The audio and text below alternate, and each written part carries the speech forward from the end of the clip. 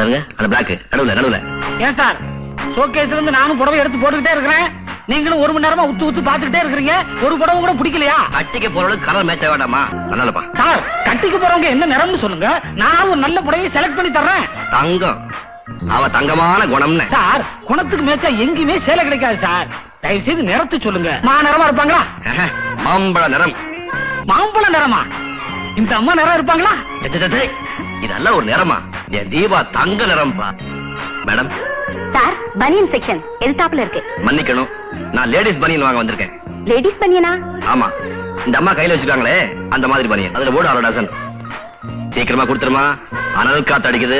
பில்ல போட்டு கவுண்டருக்கு அனுப்பி போய் நான் உள்ள போய் உள்பாவாடை வாங்கிட்டு வந்துடுறேன். மேடம் இந்த காலத்து ஆம்பளைங்களை பாத்தீங்களா, கட்டின பொண்டாட்டியா இருந்தா அளவு தெரிஞ்சிருக்கும், புதுசா சின்ன வீடு செட்டப் பண்ணிருப்பார் போல இருக்கு, அதான் அடுத்த பொம்பளைங்களை பார்த்து அளவு சொல்றாரு.